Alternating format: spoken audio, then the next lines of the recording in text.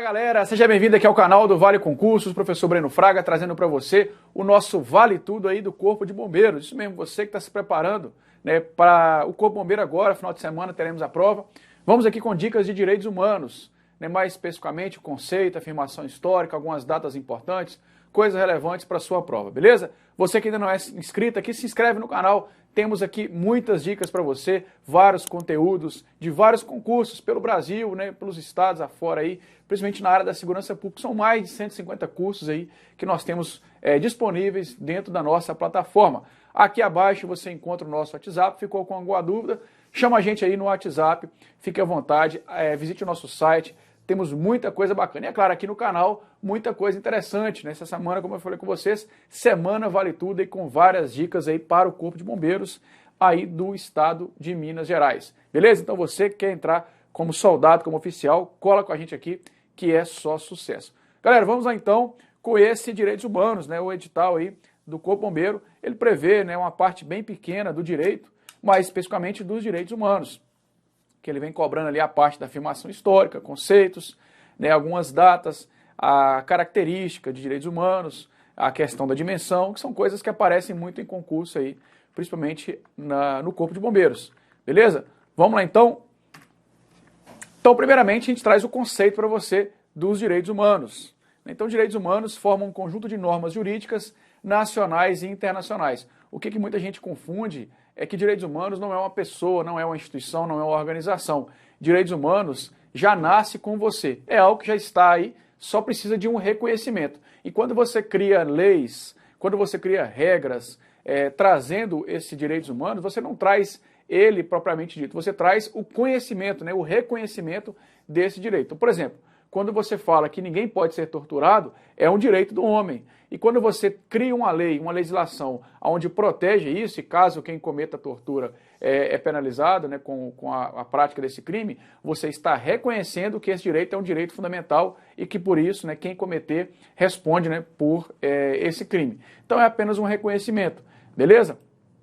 Tanto de normas jurídicas nacionais aqui dentro do próprio Brasil ou de outro estado parte, quanto de normas internacionais, vindo aí de organismos internacionais, né, como a ONU, a OEA ou outras organizações. E aí, né, que buscam assegurar um patamar mínimo de dignidade para qualquer ser humano. Como eu falei com vocês, nós temos aqui no âmbito internacional, nós temos aí os tratados internacionais, costumes e princípios gerais do direito internacional.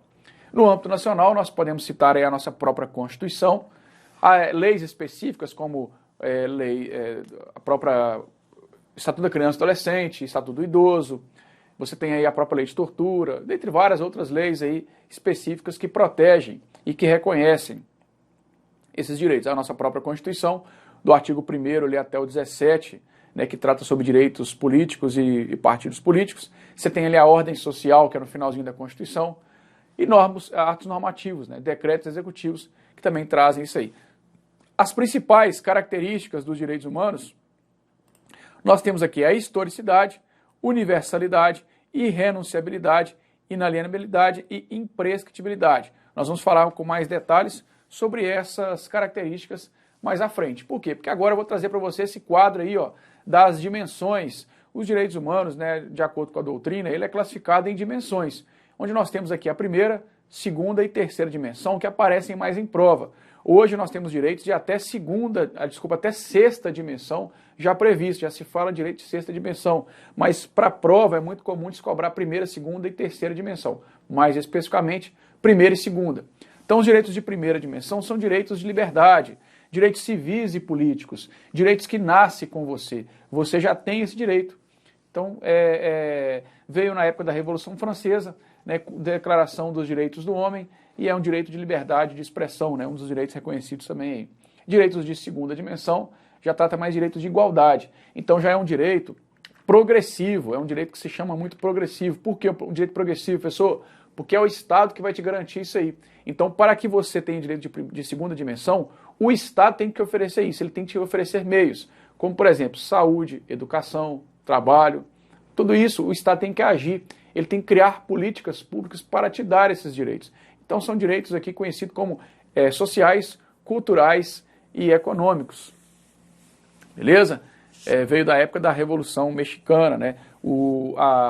A ONU, ela trouxe 2 diplomas importantes com relação a isso em 1966, né? Que é o Pacto Internacional dos Direitos Civis e Políticos e o Pacto Internacional dos Direitos Sociais, Econômicos e Culturais, ambos em 1966.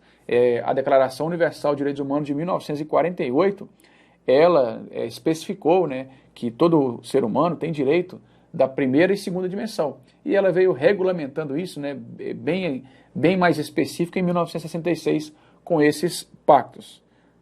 Beleza? E direitos de terceira dimensão, fraternidade, né, direitos coletivos e difusos, que também foi reconhecido aí, né, um direito de meio ambiente, né, um ambiente equilibrado, ecologicamente correto, né, já pensando nas futuras gerações. Então, atualmente já se projetam direitos, né, de quarta, quinta e hoje até sexta dimensão também. Sistemas de proteção que nós temos aí. Então, alguém tem que fiscalizar para reconhecer se está de fato cumprindo, se está de fato reconhecendo esses direitos humanos. Então, nós temos aqui os sistemas globais, né, que, por exemplo, temos aqui a ONU, né, um sistema global, e nós temos aqui sistemas regionais, que é o Sistema Europeu de Direitos Humanos, a Organização dos Estados Americanos, que é a OEA, e a Organização da Unidade Africana, beleza? Né, para nós aqui o mais importante, a OEA, tá? A OEA, que está para os Estados americanos, assim como a ONU está para todo mundo. Então nós temos aqui um diploma mais importante da OEA, que é a Convenção Americana sobre Direitos Humanos, o Pacto São José da Costa Rica, é muito famoso e muito conhecido, que também vem trazendo direitos de primeira e segunda dimensão. O edital não especifica esse pacto, nem mesmo a Declaração Universal de Direitos Humanos. Incorporação. Então, uma vez que um tratado internacional ele é criado, o Brasil, né, ele tem lá aquela função de incorporar esse tratado dentro do ordenamento jurídico e, com isso, criar um vínculo jurídico, né, para todo cidadão para cumprimento daquela legislação. Vira-se um decreto ou vira-se uma lei e aí, né, o Brasil ele é obrigado, bem como toda a sua população, obrigada a cumprir aquilo. Então, como é que se dá essa incorporação de um tratado internacional sobre direitos humanos? Então, se for aprovado na forma do artigo 60 da Constituição, eles equivalem a emendas constitucionais. Pessoal, anota isso aí, porque isso é uma das coisas que mais aparecem em prova, tá? Então, um tratado internacional sobre direitos humanos, ou seja, ele trata sobre direitos humanos, que é aprovado na forma do artigo 60 da Constituição, ele equivale a uma emenda constitucional, tá? É uma posição hierárquica, então ele está ali, né, posicionado naquela pirâmide. Aí aqui já é mais direito constitucional, não vou adentrar tanto, porque não é matéria de prova, mas ele tem uma equivalência à emenda constitucional, você precisa saber disso. E os tratados sobre direitos humanos aprovados com base no rito tradicional terá estatura supralegal, isto é, estará abaixo da Constituição e acima das leis, tá? Então esse que é aprovado aí na forma do artigo 60, né, que tem lá no artigo 5º da Constituição, parágrafo 3º, né, onde é aprovado ali nas 2 casas do Congresso, né, 2 turnos por 3/5 dos membros, beleza? Que também é a mesma forma de aprovar uma emenda constitucional. Bacana? Então, o sistema de proteção que para nós é mais recorrente em prova, a ONU, a Organização das Nações Unidas, que foi criada em 1945, através da Carta das Nações Unidas, responsável pela coordenação do sistema global de direitos humanos. E nós temos a OEA, que é a Organização dos Estados Americanos, responsável pela coordenação do sistema regional americano, né, que teve lá o Pacto São José da Costa Rica, criado em 1969. Sistema Interamericano, a OEA ainda, né, os Estados americanos adotaram uma série de instrumentos internacionais que se converteram na base de um sistema regional de promoção e proteção dos direitos humanos, conhecido como o Sistema Interamericano de Direitos Humanos.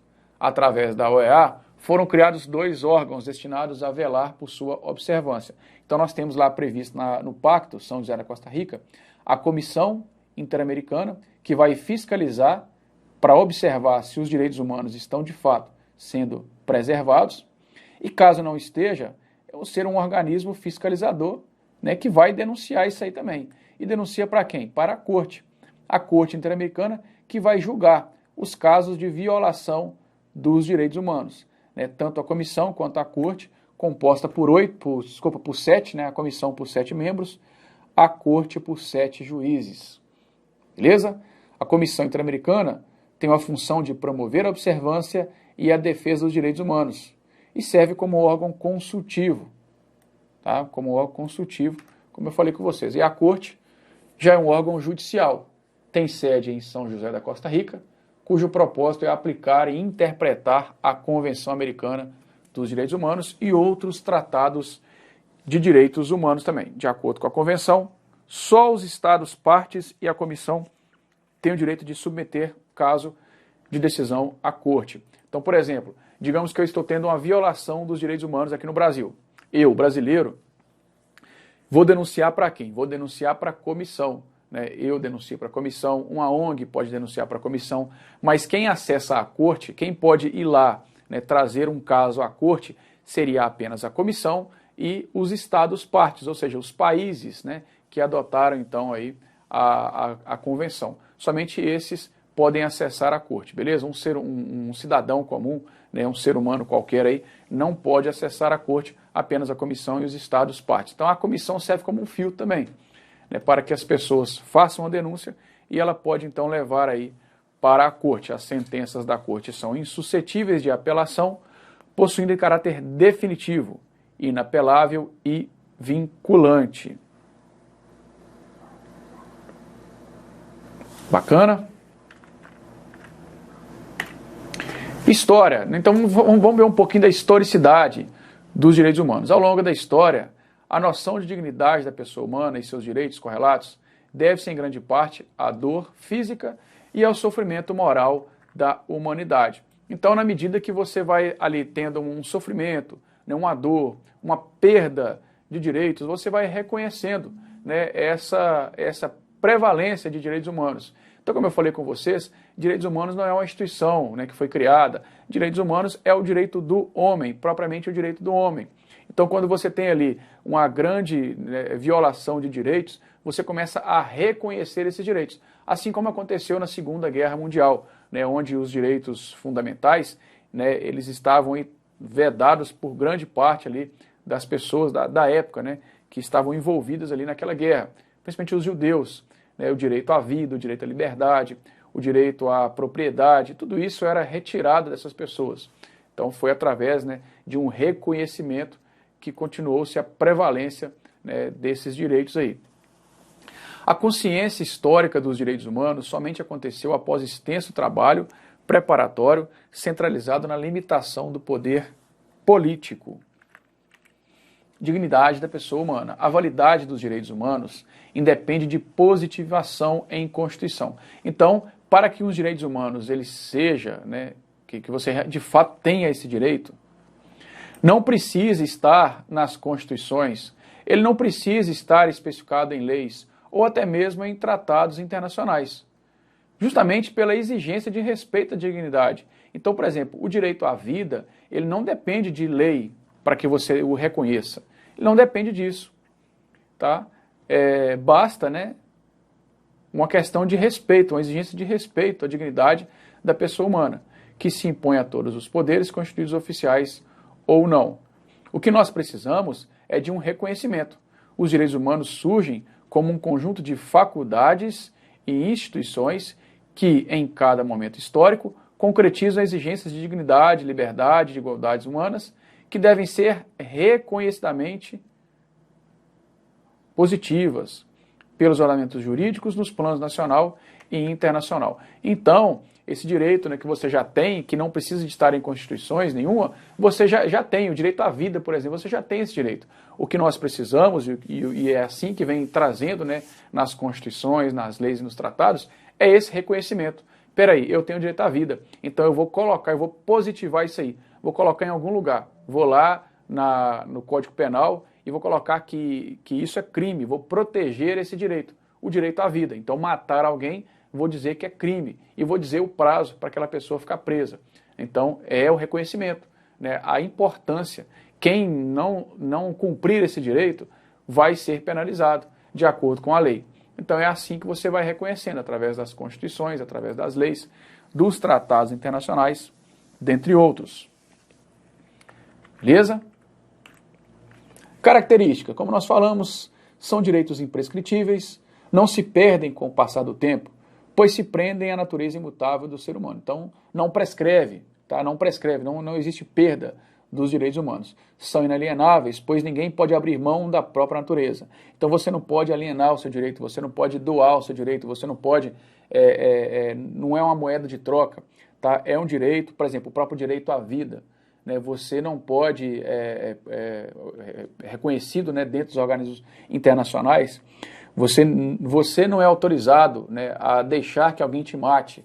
Isso não pode acontecer, beleza? Nós temos aí o suicídio, mas reconhecidamente, digamos que você está em estado de saúde debilitada. Você não pode chegar no hospital e falar, olha, me aplique aqui uma eutanásia, que eu quero morrer, eu não quero viver. Né? É um direito que você não pode abrir mão.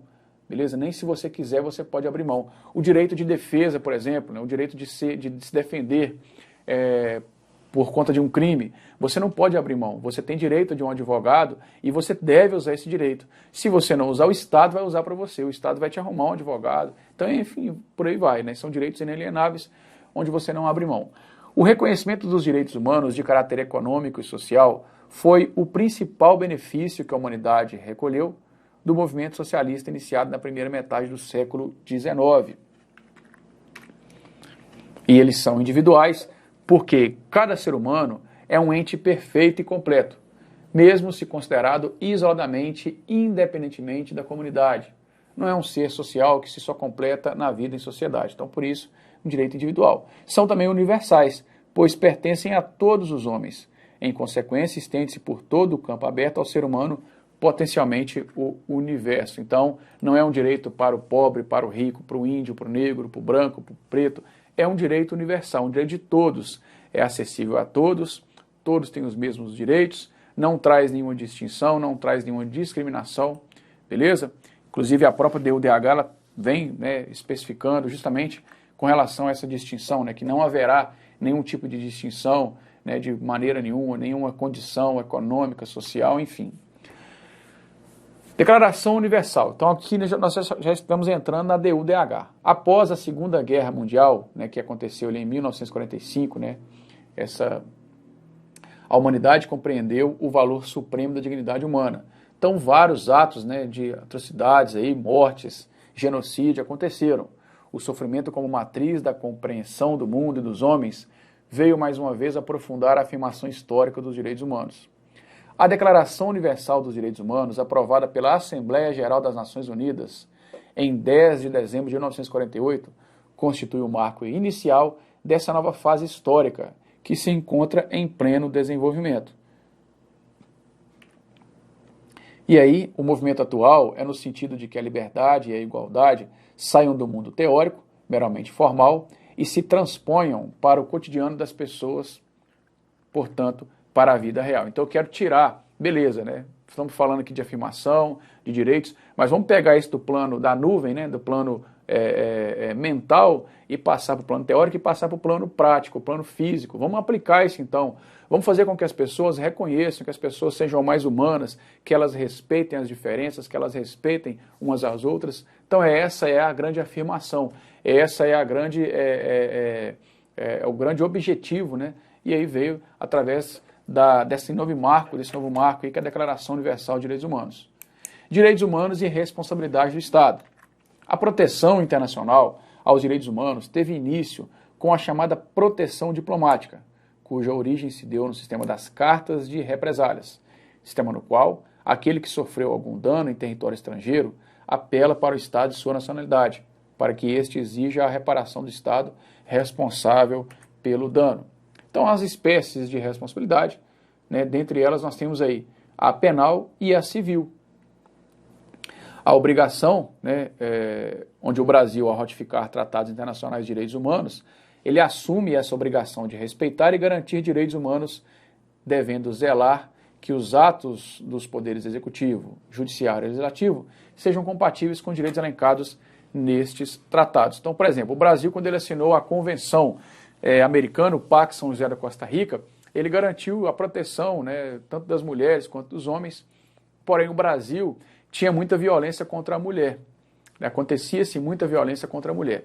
E aí foi denunciado lá a comissão e especialmente a Corte Interamericana de Direitos Humanos que o Brasil não estava cumprindo. Poxa, Brasil, você assinou aqui um tratado internacional, diz que vai cumprir, não está cumprindo?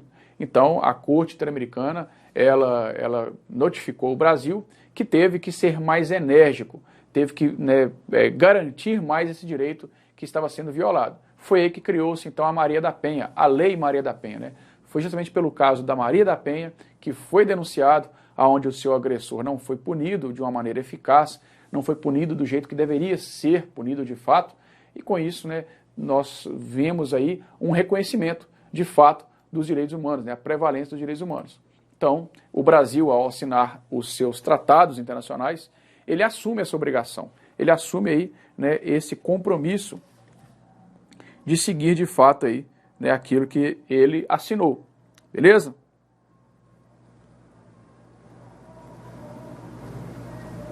Bacana, vamos seguindo em frente então. Direitos humanos na Constituição. Então aí, a nossa Constituição de 1988, ela veio bem humanizada, né? A Constituição aí cidadã, que trouxe nos seus artigos iniciais aí uma prevalência, uma garantia fundamental aí, né? Várias garantias fundamentais de direitos humanos.